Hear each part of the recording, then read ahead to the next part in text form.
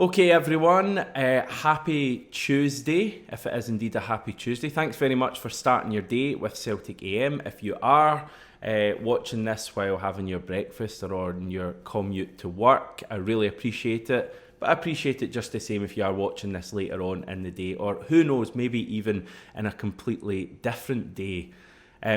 This is a channel that has just begun, so I do really appreciate everyone who's watched videos, subscribed and all of that so far, and I mean that genuinely. Just on that subject, I know that like every video so far has just been me sitting in this chair rounding up latest Celtic news, and I know that would get very boring very quickly, and don't worry, I'm very aware of that. I do want to take a look at some different subjects and obviously get people on to chat about those subjects, guests, etc.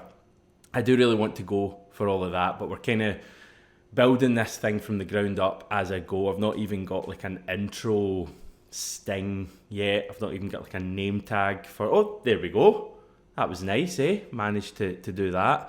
And yeah, we're just kind of building this thing. So really appreciate the support. And I promise things will begin to take shape as we go forward. The chat today, still some rumblings from the St Mirren game on Sunday, some quotes coming out. Stephen Welsh was on media duties after the match in Paisley, and he told the press, "I have been under pressure for 15 years now."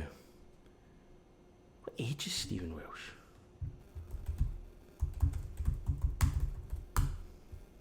He's 24, so he's been under pressure, he says, since he was 9 years old at Celtic. Every week you need to go and win. You enjoy it as well. You enjoy the pressure because you need to go and win. A draw or a defeat is a nightmare, so yeah, we know the pressure and we stand up to it all the time. We are so determined. It is like tunnel vision for us. We don't focus on anything else. We focus on ourselves, how we will play, break teams down and defend. Now, little daft joke in the middle there aside, I think these quotes are exactly what you would expect Stephen Welsh to say.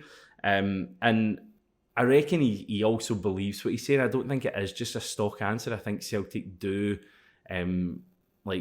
deal with pressure and the pressure and expectations really well. And we have done for the vast majority of the past 10 years, even way before Stephen Welsh was even involved in the first team. This Celtic team deals with pressure, really well.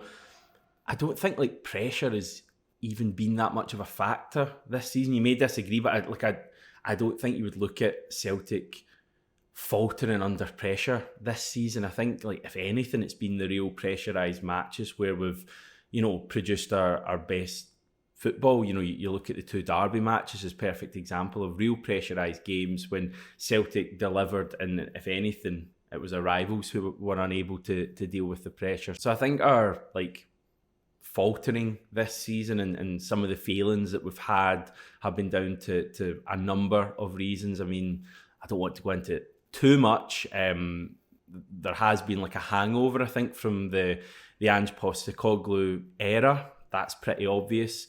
Recruitment, well documented, hasn't been good enough. We've not replaced players. The squad is not as strong now as it was a year ago. On top of that, we have been really unfortunate with injuries and in amongst that, Cameron Carter-Vickers and Rio Hatate have basically been injured for the season. They've not been able to get any kind of consistency together. They've just both been hampered by 2-3 injuries this season. So, and they're two of our most important players from previous seasons. So that's been a big factor. Obviously, other players have suffered from injuries as well throughout the campaign.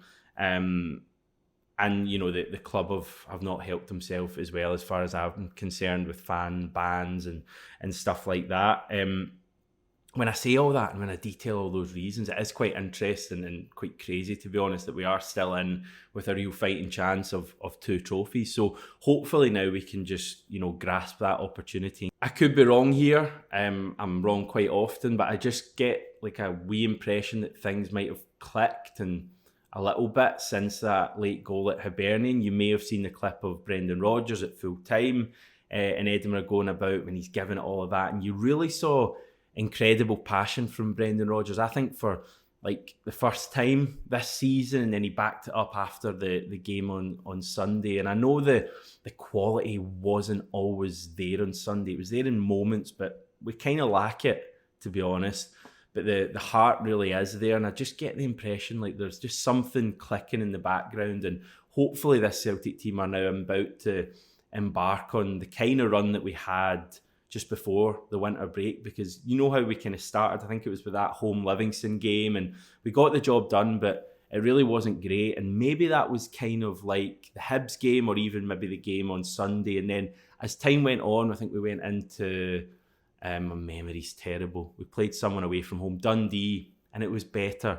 Then we went into the derby, and again it was better. And then we backed that up by, going away to St Mirren, and just gradually we just kind of improved our performances gradually, as I say, and hopefully we're about to see that again, this time without a winter break kind of halting all of that momentum. I could be wrong. We could go out and really struggle again, against Kilmarnock at the weekend, but I just get the impression we might just be starting to see that momentum go again, and it's obviously coming at the right time. So yeah, good quotes from Stephen Welsh. I think he's doing fine at the moment. I thought he and Liam Scales, and to be honest, like that whole back four, I mean, if you'd have said at the start of the season that Ralston, Welsh, Scales and Bernabe would be your back four for a crucial cup tie away against St Mirren, you would be questioning what the hell is going on. And supporters have questioned what the hell is going on many occasions this season. But those four stood up at the weekend, and I think that is a good sign going forward, that the team are battling. And if we can just add that quality, we're obviously not going to do it in the transfer window between now and the end of the season. But, Hatate coming back, Carter Vickers coming back, Kyogo can definitely improve his game. O'Reilly can improve his game from what we're seeing recently. Paulo Bernardo has quality. The wingers can improve their quality. Greg Taylor, Alistair Johnson to come back. Like there is like an opportunity to raise our quality. And if we do that while keeping the same kind of fight that we saw at the weekend, I think we do have reasons to be hopeful between now and the end of the season.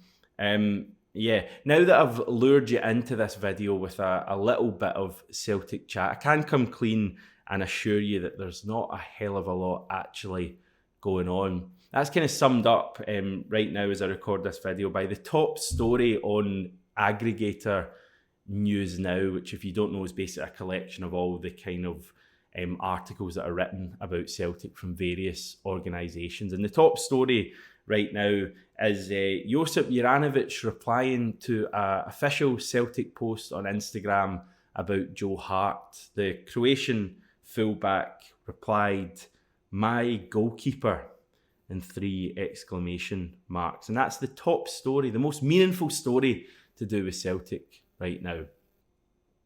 Yeah, and much bigger news, Liel Abada has broken his silence, as the tabloids would say, on being left out by Brendan Rodgers for Sunday's match. He has taken to Instagram stories to post an image of himself with his girlfriend, Bar Rashti. I'll now be offering my thoughts on what the cryptic post could mean and looking into the pair's relationship.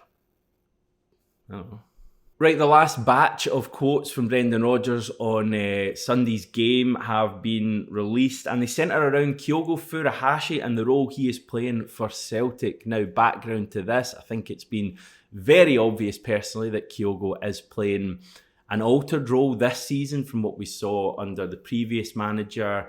Kyogo at his best over the past couple of seasons has been on the last line of the defence, running in behind. That's just become his staple, whether he's actually running onto the initial pass or he's the one in the middle finishing from a winger's cross. It's kind of become what Kyogo Furuhashi is. And even his best goals this season, off the top of my head, Ibrox, in behind the defence, Atletico Madrid and Lazio, both in the Champions League, in behind the defence.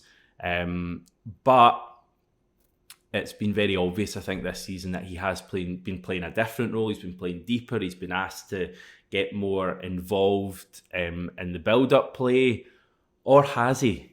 because Brendan Rodgers has offered a bit of insight into this situation, and I think this is worth discussing. Speaking after the game, Rodgers quoted as saying, "I hear bits and pieces that he's playing a different style, he's playing a different way. He's never been asked to. His strength is on the last line. We asked him to do something slightly different when he came on the other night. That was against Hibs. So between him and Adam, they can both drop in short and they can both run in behind. But when he's been playing up there on his own, he's been asked to do the same things. Now, maybe the service to him hasn't quite been the same, but when I saw him before I came in here, he was running in behind and he was getting service, but with limited touches on the ball. If anything, he's been asked to maybe combine and set the game up a little bit more. And when he does that, he's done it really, really well." A little bit of contradiction for me in there. At the start, Rodgers says that Kyogo hasn't been asked to play a different role, but then at the end he said he's been asked to combine and set the game up more. I just want Kyogo on that last line. That's like the ideal scenario for me, and I want us trying to find him. Whether it is, a case of the service not being there, I'm not quite sure. I just don't feel Kyogo's been making those same runs. I think he has been very obviously doing a lot more running towards the ball rather than away from the ball. And it seems like that's probably only going to grow, given that Ida, it seems like, is going to be the one who's going to be asked to play on the last man. So, yeah, Kyogo looked lively at the weekend, got his goal, obviously. If he continues that, I think everyone will be pretty happy, but I still want him rather than Ida to be the last man on there. But what I would say is Kyogo playing that way on Sunday is preferential to the Kyogo we saw prior to that, who just wasn't getting any touches at all. So it's one we'll keep an eye on. Final bit of news today. Chilean side Club Deportivo Palestino have paid tribute to Celtic and the Green Brigade with a new kit. Now, before I show you this and tell you about it, I should say that CD Palestino, who are based in Santiago in Chile, are no small outfit. Like, they're actually playing in the top division of Chilean football, and they actually are one of the leading teams. Now, it's a weird system they've got there, but certainly in their regular season last year, I think they finished 4th. So this is one of the leading teams in the country, who have launched a new kit paying tribute to Celtic and the Green Brigade. So pretty cool.